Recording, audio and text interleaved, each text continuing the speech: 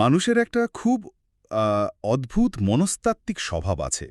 আমরা যদি একটু খেয়াল করি দেখা যায় নিয়ম যখন আমাদের নিজেদের পক্ষে থাকে তখন আমরা খুব খুশি হয়ে সেটা মেনে নিই। হ্যাঁ, মানে তখন কিন্তু আমাদের কোনো অভিযোগ থাকে না।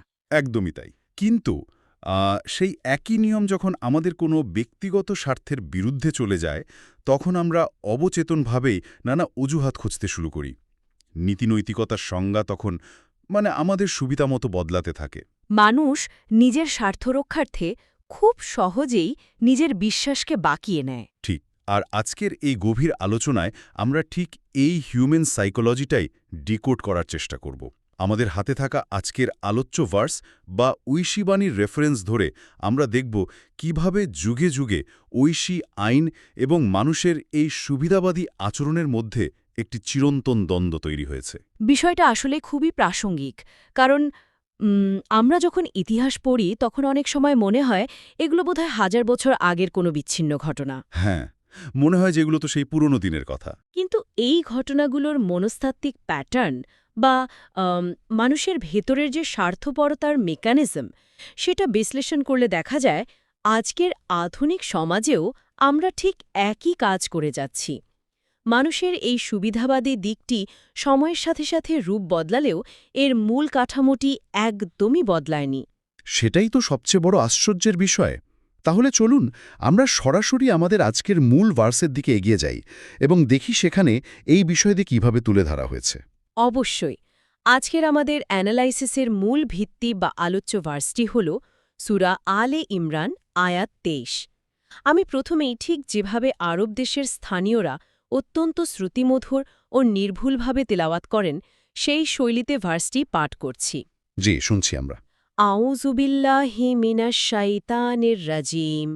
আলাম তারা ইলাল্লাযীনা উতু নাসীবাম মিনাল কিতাবি ইউদআউনা ইলা কিতাবিল্লাহি লিয়াহকুমা বাইনাহুম সুম্মা ইয়াতাওয়াল্লা ফারীকুম মিনহুম ওয়া হুম মুরিদুন। অত্যন্ত সুন্দর। এই ভার্সের হুবহু বাংলা অনুবাদটি যদি আমরা দেখি তাহলে বিষয়টা এমন দাঁড়ায়, আপনি কি তাদের দেখেননি যাদের কেতাবের এক অংশ দেওয়া হয়েছিল? তাদের নিজেদের মধ্যে ফয়সালা করার জন্য আল্লাহর কেতাবের দিকে ডাকা হয়, অতঃপর তাদের এক দল মুখ ফিরিয়ে নেয় এবং তারা অবজ্ঞাকারী বা অস্বীকারী। এই আয়াতের পেছনের প্রেক্ষাপট বা শানে নুজুলটা যদি আমরা একটু বিস্তারিতভাবে দেখি তাহলে পুরো ছবিটা পরিষ্কার হবে। আমাদের ফিরে যেতে হবে মদিনার সেই ঐতিহাসিক যুগে।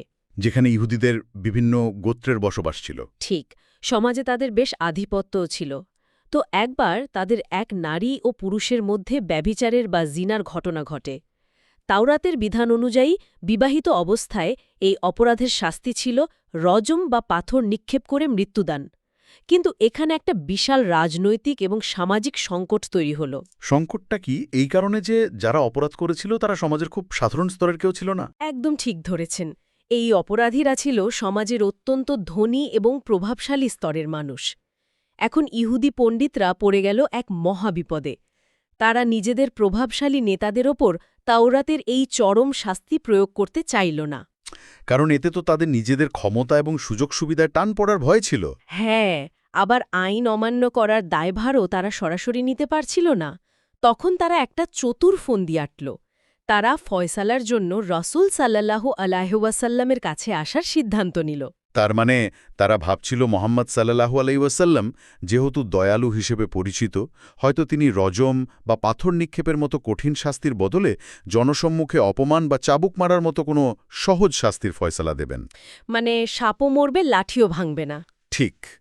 প্রভাবশালীরাও বেঁচে যাবে আর পণ্ডিতরাও বলতে পারবে যে তারা তো বিচারের জন্যই গিয়েছিল। এই সম্পূর্ণ উল্টে গেল যখন রসুল সাল্লাল্লাহু আলাইহি ওয়াসাল্লাম তাদের এই চতুরতা ধরে ফেললেন।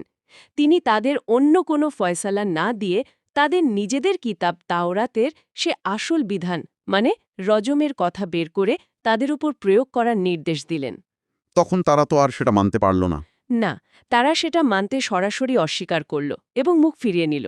মুখে তারা সারা দিন তাওরাত মানার কথা বড় গলায় বলত, কিন্তু যখনই তাওরাতের আইন তাদের নিজেদের প্রভাবশালীদের বিরুদ্ধে গেল তখন তারা নিজেদের কিতাবের আইনই অমান্য করে বসল। এখানে একটা ব্যাপার খুব গভীরভাবে খেয়াল করার মতো। আয়াতে আল্লাহ একটি বিশেষ শব্দবন্ধ ব্যবহার করেছেন যাদের কিতাবের এক অংশ দেওয়া হয়েছিল। আরবিতে বলা হয়েছে নাসিবাম মিনাল কিতাব। আল্লাহ এখানে পুরো কিতাব না বলে এক অংশ কেন বললেন? তারা কি বাকিটা ভুলে গিয়েছিল, নাকি এর পেছনে অন্য কোনো সাইকোলজি কাজ করছিল? যে বড় সংকেত লুকিয়ে আছে। এর একটা অর্থ হতে পারে তারা কালক্রমে তাদের কিতাবের অনেক অংশ নিজেদের স্বার্থে বিকৃত করেছিল। আর দ্বিতীয় অর্থটা?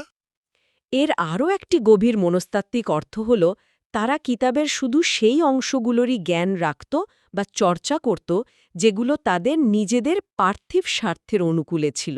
অর্থাৎ তারা পুরো কিতাবটি গ্রহণ করেনি, বরং তারা কিতাব থেকে নিজেদের পছন্দ মতো একটি অংশ বেছে নিয়েছিল। আর ঠিক এই কারণেই পরের অংশে বলা হয়েছে ফয়সালা করার জন্য আল্লাহর কিতাবের দিকে ডাকা হয়। অর্থাৎ যে কোনো বিরোধ বা সমস্যার মীমাংসার জন্য একমাত্র নিউট্রাল এবং অবজেক্টিভ মানদণ্ড হওয়া উচিত আল্লাহর কিতাব। হতে পারে তা কোরআন অথবা তখনকার যুগের অবিকৃত তৌরাত বা ইনজিল। একদম। কিন্তু বিচার করার সময় যখনই তাদের বলা হতো যে আসুন আমরা অন্য কোনো দিকে না গিয়ে সরাসরি আল্লাহর আইন অনুযায়ী বিচার করি, তখন তারা পিছ টান দিত। আর এই পিছটান দেওয়ার ধরনটাও কিন্তু সাধারণ ছিল না। ভার্সের শেষ অংশে এদের বলা হয়েছে মোরেজুন। আরবি ভাষায় এই ইরাজ বা মুখ ফিরিয়ে নেওয়ার অর্থ শুধু শারীরিক প্রস্থান নয়। তাহলে এর মানে কি দাঁড়ায়? এর মানে হল মানসিকভাবে সত্যকে পুরোপুরি এড়িয়ে চলা এবং অত্যন্ত অহংকার বা ঔদ্ধত্যের সাথে সত্যকে তাচ্ছিল্য করা। তারা কেবল একটি বিচারিক প্রক্রিয়াকে অস্বীকার করেনি, বরং সত্য যখন তাদের স্বার্থের বিরুদ্ধে দাঁড়িয়েছে তখন সত্যের প্রতি এক ধরনের তাচ্ছিল্য প্রদর্শন করেছে। এই সম্পূর্ণ ঐতিহাসিক প্রেক্ষাপট এবং আয়াতের শব্দগুলোর বিশ্লেষণ থেকে যদি আমরা মূল শিক্ষাগুলো একত্রীকরণের চেষ্টা করি, তাহলে বেশ কয়েকটি শক্তিশালী পয়েন্ট আমাদের সামনে উঠে আসে। প্রথমত, যাদের ঐশী কিতাবের জ্ঞান দেয়া হয়েছিল তাদের সবচেয়ে বড় দায়িত্ব ছিল সেই আইনের প্রতি অনুগত থাকা। কিন্তু তারা জ্ঞান থাকা সত্ত্বেও সেটা চরম লঙ্ঘন করেছে। এড়িয়ে যাওয়া। যখন কোরআন বা আল্লাহর বিধান দিয়ে কোনো ফয়সালা করার জন্য ডাকা হয়, তখন তা ইচ্ছাকৃতভাবে পাশ কাটিয়ে যাওয়াটা একটি গুরুত্বপূর্ণ অপরাধ হিসাবে এখানে চিহ্নিত করা হয়েছে। হ্যাঁ, আর তৃতীয় বিষয়টা আরও গভীর। শুধু কিতাবের জ্ঞান থাকলেই মানুষ হেদায়েতের উপর থাকে না। মদিনার ওই ইহুদি পণ্ডিতদের তো জ্ঞানের কোনো অভাব ছিল না। ঠিক, কিন্তু অন্তরে যদি আল্লাহর আইনের প্রতি সম্মান এবং নিঃশর্ত আনুগত্য না থাকে, তবে ওই পুঁথিগত জ্ঞান আসলে মানুষকে অহংকারী করা ছাড়া আর কোনো কাজই আসে না। আর চতুর্থ যে শিক্ষাটি এখান থেকে পাওয়া যায় সেটা বোধহয় সব যুগের মানুষের জন্যই একটা বড় সতর্ক বার্তা। আল্লাহর বিধানের আংশিক মানা এবং আংশিক বাদ দেওয়া, সুবিধামতো বেছে নেওয়ার এই প্রবণতাকে আমরা ইংরেজিতে চেরি পিকিং বলি। এটা যে কত বড় একটা অপরাধ তাই ভার্স থেকে স্পষ্ট। আর পঞ্চম বা সর্বশেষ শিক্ষাটি হল, যখনই কোনো ঐশী আইন নিজের স্বার্থ, সম্পদ বা ক্ষমতার বিরুদ্ধে যায়, তখন সেখান থেকে মুখ ফিরিয়ে নেওয়াটা স্পষ্টতই কপটতা বা মুনাফিকির লক্ষণ। আমরা এতক্ষণ ধরে যেই ঐতিহাসিক ঘটনা এবং শিক্ষাগুলোর কথা জানলাম, এগুলোকে শুধু ইতিহাসের পাতায় বন্দি করে রাখলে চলবে না। আমরা যদি একটু চারপাশের দিকে তাকাই, আমাদের নিজেদের জীবনের দিকে তাকাই, তাহলে এর প্রচুর বাস্তব উদাহরণ দেখতে পাব, যেখানে আমরা নিজেরাই হয়তো অজান্তে এই একই কাজ করে যাচ্ছি। এই যে মদিনার ইহুদিদের কপটতার কথা আমরা শুনলাম, এটা তো শুধু সেকালের কথা নয়, আমাদের আজকের সমাজেও কিন্তু ঠিক এই কাজটাই হচ্ছে প্রতিনিয়ত। চলুন বিষয়টিকে আরও স্পষ্টভাবে বোঝার জন্য আমাদের বর্তমান সমাজের 5টি একেবারে বাস্তব দৃশ্যপট নিয়ে আলোচনা করি। প্রথম দৃশ্যপটটা হতে পারে পৈতৃক সম্পত্তির ভাগাভাগি নিয়ে। হ্যাঁ, সম্পত্তির ভাগাভাগির বিষয়টা আমাদের সমাজে একটা ক্লাসিক উদাহরণ। অনেক পরিবারেই দেখা যায় ভাই বোনেরা অত্যন্ত ধার্মিক, তারা হয়তো নিয়মিত ইবাদত করছেন, কিন্তু যখন বাবা মারা যাওয়ার পর সম্পদ বন্টন করার সময় আসে, তখন কোরআনের আইন অনুযায়ী বোনদের হক দিতে গেলে অনেক ভাই নানা টালবাহানা শুরু করে। তখন তারা হঠাৎ করে নানা ধরনের সামাজিক আইনের দোহাই বা প্রথার দোহাই দেয়। ঠিক তাই, বলে যে বোনকে তো বিয়ে দিয়ে অন্যের বাড়ি পাঠিয়ে দিয়েছি, সে আবার সম্পত্তির ভাগ পাবে কেন, অথবা বাবার চিকিৎসায় তো আমি টাকা খরচ করেছি। এই যে আল্লাহর একটি অকাট্য বিধানকে পাশ কাটিয়ে যাওয়ার চেষ্টা, এটা তো সেই নাসিবা মিনাল কিতাব বা কিতাবের এক অংশ গোপন করারই সরাসরি দৃষ্টান্ত। অত্যন্ত বাস্তব একটি উদাহরণ। এরপর দ্বিতীয় উদাহরণ হিসেবে আমরা বিয়ে এবং মোহরানার আইনের কথা বলতে পারি। সমাজে দেখা যায় বিয়ের সময় সামাজিক মর্যাদা দেখাতে গিয়ে বা নিজেদের আভিজাত্য প্রমাণ করতে গিয়ে বিশাল অঙ্কের মোহরানা ধরা হয়। কিন্তু মোহরানা যে স্ত্রীর একটি অবশ্যপ্রাপ্য অধিকার, সেই চিন্তাটা অনেকেই মাথায় রাখেন না। আর পরবর্তীতে কোনো কারণে যখন ডিভোর্সের পরিস্থিতি তৈরি হয়, তখন সেই মোহরানা দিতে অস্বীকার করে নানা আইনি মারপ্যাচ বা সামাজিক চাপের আশ্রয় নেওয়া হয়। আল্লাহর কোরআনের বিধানকে পাশ কাটিয়ে যাওয়ার এই যে একটা প্রবণতা, এটাও কিন্তু প্রকারান্তরে ঐশিক আইন থেকে মুখ ফিরিয়ে নেওয়া। আর তৃতীয় উদাহরণটা তো আমাদের প্রতিদিনের অর্থনৈতিক জীবনের সাথে জড়িয়ে আছে। ব্যবসার ক্ষেত্রে সুদের ব্যবহার। সমাজের অনেকেই আছেন যারা খুব নিষ্ঠার সাথে নামাজ রোজা করেন, হজ উমরা করেন, অর্থাৎ তারা কিতাবের ওই অংশটুকু খুব কঠোরভাবে মানছেন। কিন্তু ব্যবসার ক্ষেত্রে কোরআনের সুদ হারাম হওয়ার এই অকাট্য আইনটিকে তারা অবলীলায় অবজ্ঞা করে বসেন। তারা হয়তো সম্পূর্ণভাবে ব্যাংকে সুদের উপর নির্ভর করে ব্যবসা পরিচালনা করছেন। হ্যাঁ, এবং এর জন্য নানা ধরনের খোঁড়া যুক্তিও দাঁড় করাচ্ছেন যে আধুনিক যুগে তো সুদ ছাড়া চলা সম্ভব নয়। এই যে প্যাকেজ ডিল থেকে শুধু ইবাদতের অংশটুকু নেওয়া এবং অর্থনৈতিক নির্দেশনার অংশটুকু বাদ দেওয়া, এটাই তো সেই চেরি পিকিং। আপনি যে প্যাকেজ ডিলের কথা বললেন, এটা খুব চমৎকার একটা পয়েন্ট। এবার চতুর্থ উদাহরণটার দিকে যদি আমরা তাকাই, সেটা দেখা যায় আমাদের সমাজের সালিশ বা বিচার ব্যবস্থায়।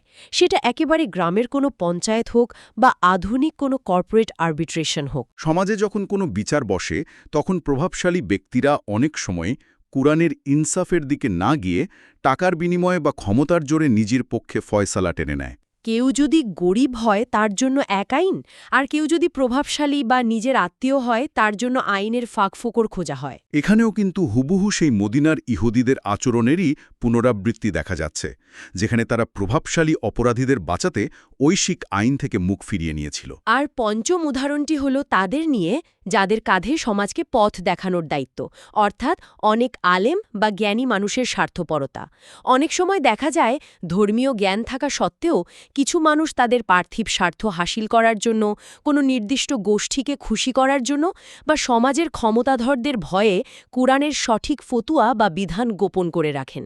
তারা জানেন সত্য কি, কিন্তু তারা সেটা বলতে ভয় পান বা বলতে চান না। এটাও তো কিতাবের এক অংশ গোপন করারই শামিল, ঠিক যেমনটা সেই যুগের পণ্ডিতরা করেছিল। কোনো সুযোগ নেই।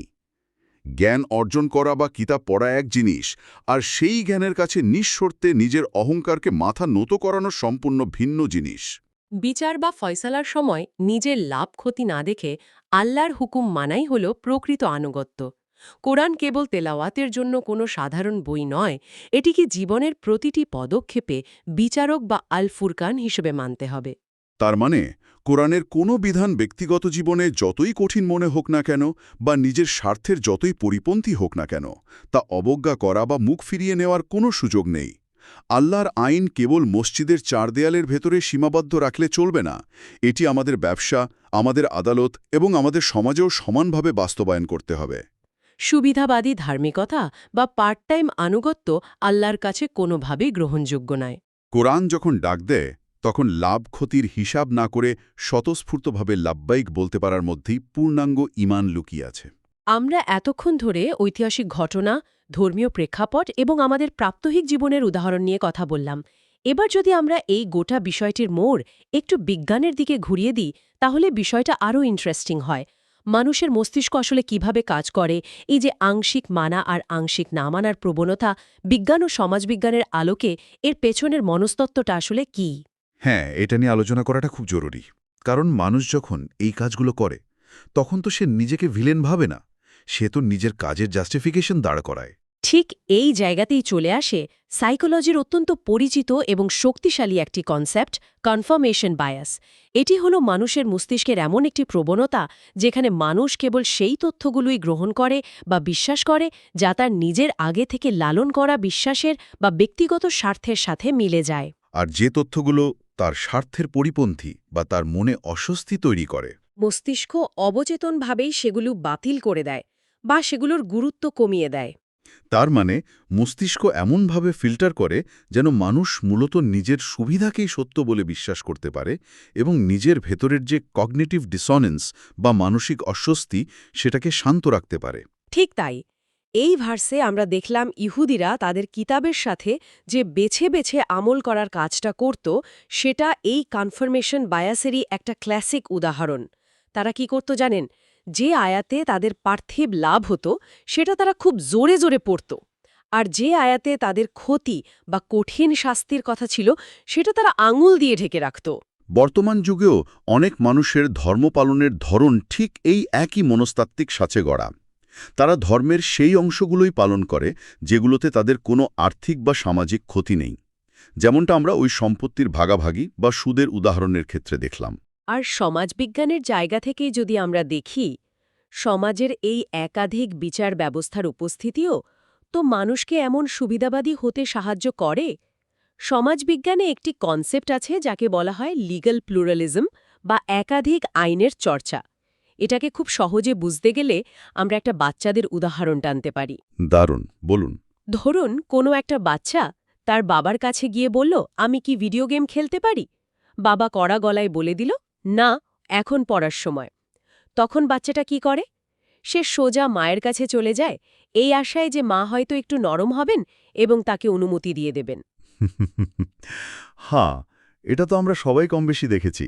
বাচ্চাটা আসলে এমন একটা অথরিটি খুঁজছে যে তার ইচ্ছার পক্ষে রায় দেবে। ঠিক এই কাজটাই মানুষ সমাজে করে থাকে।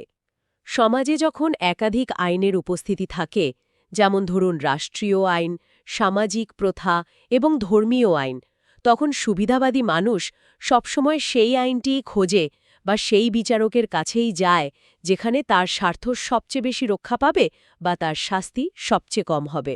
ইহুদিরা ঠিক এই কাজটাই করেছিল। তাওরাতের কঠিন শাস্তি থেকে বাঁচতে তারা অন্য একটি বিচারের খোঁজ করছিল, যেখানে তাদের প্রভাবশালী অপরাধীরা পার পেয়ে যেতে পারে। কিন্তু আল্লাহ এই ভার্সের মাধ্যমে মানুষের এই আইনি সুবিধাবাদ বা জুরিসডিকশন শপিংকে সম্পূর্ণ বাতিল করে দিয়ে ঐশী আইনের শ্রেষ্ঠত্ব ঘোষণা করেছেন। ঐশী আইন মানুষকে এই লিগ্যাল প্লুরালিজমের ফাঁদ থেকে বের করে এনে একটি অকাট্য, বস্তুনিষ্ঠ এবং নিরপেক্ষ ন্যায়ের মানদণ্ড প্রদান করে, যেখানে ধনী গরিব বা নিজের পরের কোনো ভেবেদ থাকে না। আজকের এই দীর্ঘ এবং গভীর অ্যানালাইসিসে আমরা সত্যি অনেকগুলো স্তর উন্মোচন করলাম। আমরা মদিনার ইতিহাসের পাতা থেকে শুরু করে আধুনিক মনোবিজ্ঞানের কনফার্মেশন বায়াস এবং সমাজবিজ্ঞানের লিগ্যাল প্লুরালিজম দিয়ে মানুষের এই চিরন্তন সুবিধাবাদী চরিত্রটি বিশ্লেষণ করেছি। আমরা দেখেছি কিভাবে মানুষ নিজের স্বার্থ রক্ষার্থে ঐশী আইনকে পাশ কাটিয়ে যায়। এখান থেকে একটা জিনিস পরিষ্কার, যে এই ভার্সিটি আমাদের চোখে আঙুল দিয়ে দেখিয়ে দেয় কেবল জ্ঞান থাকাটাই যথেষ্ট নয়, সেই জ্ঞানের প্রতি, সত্যের প্রতি অবিচল আনুগত্যই হল আসল পরীক্ষা। সত্যকে নিজের সুবিধামতো বাঁকিয়ে নেওয়া যায় না, বরং নিজেকে সত্যের ছাঁচে গড়ে নিতে হয়। এই পুরো আলোচনার প্রেক্ষিতে শেষে এসে যদি আমরা এই বিষয়টিকে বৃহত্তর প্রেক্ষাপটের সাথে সংযুক্ত করি, তবে এটি একটি অত্যন্ত গুরুত্বপূর্ণ প্রশ্নের জন্ম দেয়। আমরা সবাই বিশ্বাস করি যে আমরা সঠিক পথে আছি, আমরা ন্যায়পরায়ণ, কিন্তু আমাদের দৈনন্দিন জীবনের প্রতিটি ছোট ছোট সিদ্ধান্ত যদি আমাদেরই বিশ্বাস করার সেই সম্পূর্ণ নৈতিক মানদণ্ডের মুখোমুখি করা হয়, তবে সেখানে কতটা চেরি পিকিং বা সুবিধাবাদ ধরা পড়বে। খুব ভাবার মতো একটি বিষয়। আমরা কি আসলে সত্যির অনুসরণ করছি, নাকি নীতিনৈতিকতাকে একটি বুফে রেস্তোরাঁর মতো ব্যবহার করছি, যেখানে টেবিলে অনেক খাবার সাজানো থাকে আর আমরা কেবল নিজের পছন্দের খাবারটুকুই প্লেটে তুলে নেই, আর যেগুলো আমাদের পছন্দ নয় সেগুলো পাশ কাটিয়ে যায়? ধর্ম বা ঐশিক আইন তো কোনো বুফে রেস্তোরাঁ হতে পারে না। সত্যি, এই বুফে রেস্তোরাঁর অ্যানালজিটা এমন একটি প্রশ্ন যা আমাদের সবাইকে আয়নার সামনে দাঁড় করিয়ে দেয়। আমরা কি আসলেই সম্পূর্ণভাবে সত্যকে ধারণ করছি, নাকি শুধু সুবিধাটুকু নিচ্ছি? আমাদের নিজেদের বিবেককে জাগিয়ে তোলার জন্য এই চিন্তার খোরাক নিয়েই আজকের মতো আমাদের এই গভীর আলোচনা এখানেই শেষ করতে হচ্ছে। আশা করছি আজকের এই পর্বটি আমাদের সবাইকে নতুন করে ভাবতে সাহায্য করবে। আগামীতে আমরা নতুন কোনো বিষয় নিয়ে, নতুন কোনো ডাইমেনশন থেকে আরও গভীরে তলিয়ে যাওয়ার জন্য ঠিক এভাবেই একত্রিত হব। ততক্ষণ পর্যন্ত নিজের চারপাশকে পর্যবেক্ষণ করতে থাকুন, প্রশ্ন করতে থাকুন এবং সত্যের অন্বেষণ চালিয়ে যান।